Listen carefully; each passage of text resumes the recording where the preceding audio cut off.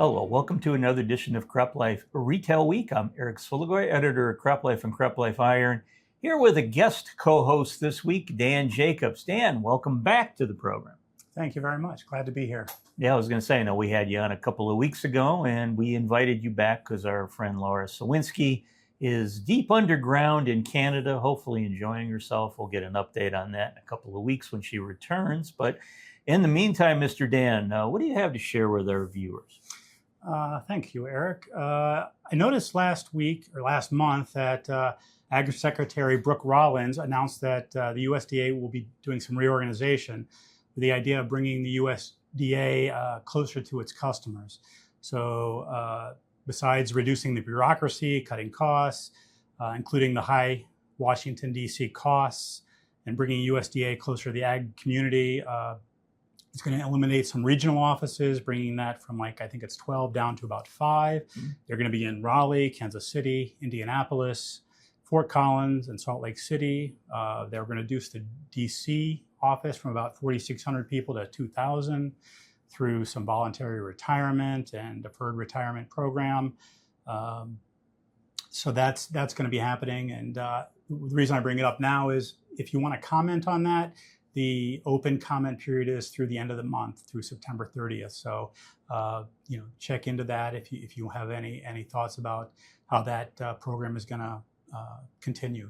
Interesting. Yeah, I know part of more of the shakeups we're seeing in DC. I guess we should be used to them by now, but when we get this news like this happening, and of course something that's important to the ag community, it's always interesting to hear. So. For sure. Yeah, so Dan, I know that when you were on the last time, you sort of teased a podcast you're working on, looking at very, very topical thing these days, that's smart tech. And I think, if I remember right, you have an update on that.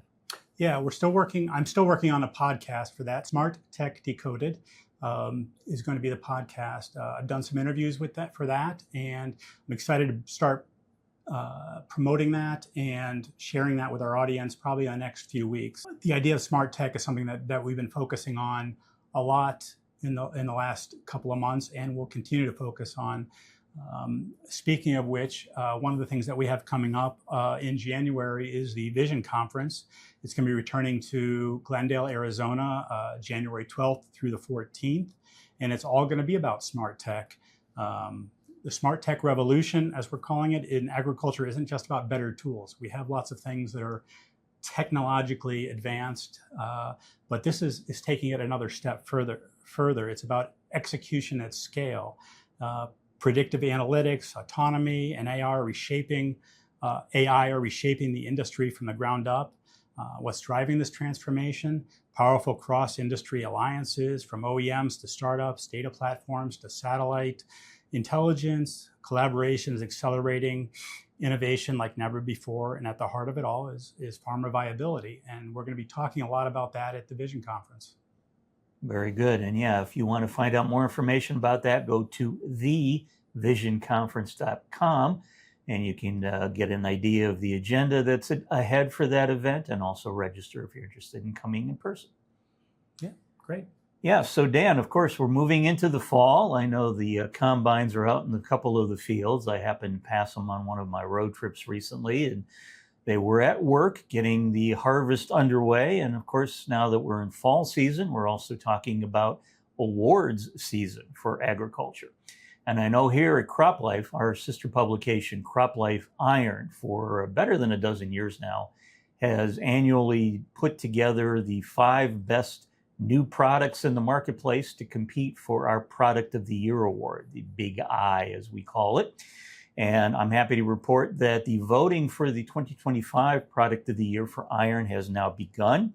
The 5 finalists are the AB230CD from Salford Group, the XAG P150 drone from Pegasus Robotics, the AirMax Precision from Fendt AGCO, the Sensupply from Case IH, and then the Fusion Mixmate from Praxidine. So those are the 5 finalists. If you want to go, please visit the web address on your screen to do voting.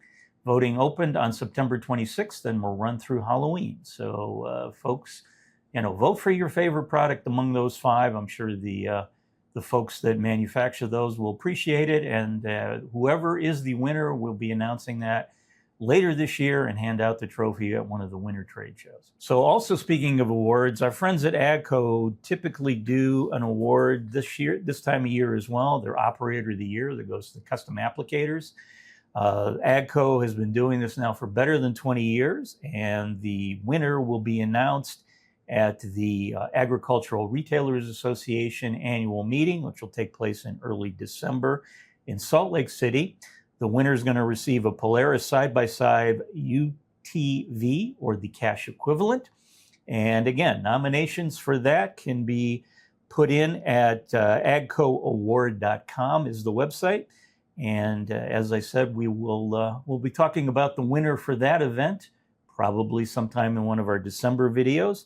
But they're taking nominations, AGCO is, through the end of the month. September 30th is the deadline. So if you have a custom applicator that you think is worthy of this honor, please nominate them on behalf of AGCO.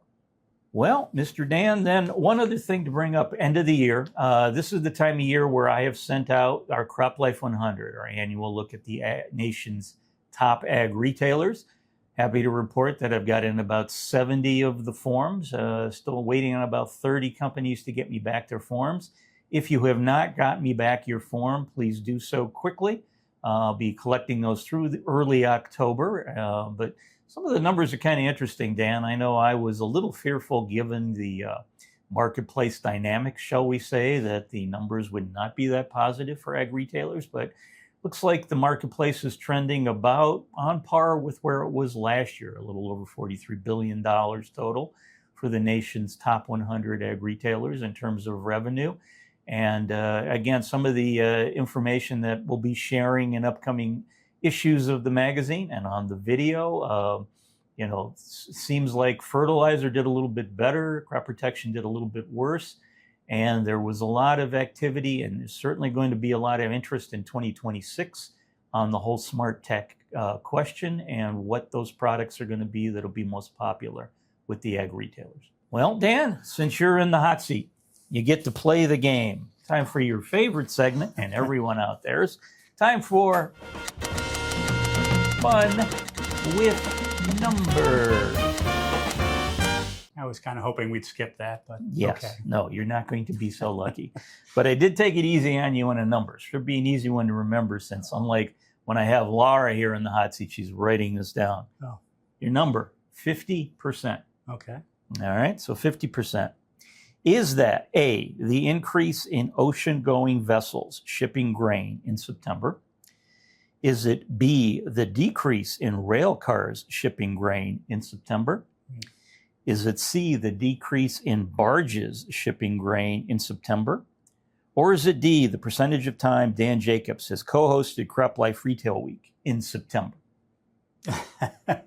Let's see. When did I do that last one? I think I'm doing. I'm going to go with D because I'm doing it again soon. Is that? You actually be here again next week, so yes. That would take you a little over 50%. So obviously not the right answer. All right, we will go with A then. A, ocean-going vessels. Yes, Mr. Dan, congratulations. You are correct. Yes, our friends at the Department of Ag Grain Transportation, their grain transportation report, which came out a little earlier this week as we record this, was mentioning the fact that through the middle of September, that the ocean-going vessel traffic for grain had increased by 50% over the same period last year. And if you're wondering, rail car shipments were down 6% from a year ago, and barge traffic was down 30%. So again, congratulations, you got the question right. Thank you. All right. Well, on behalf of myself and everyone at CropLife, thanks for joining us this week for CropLife Retail Week, and we will see you again next week. If you have questions or comments about today's episode of Retail Week, contact us by email or Twitter, or type your message in the comments section below. Your feedback is important to us. We will try our best to address your thoughts in next week's episode, and be sure to subscribe to our YouTube channel.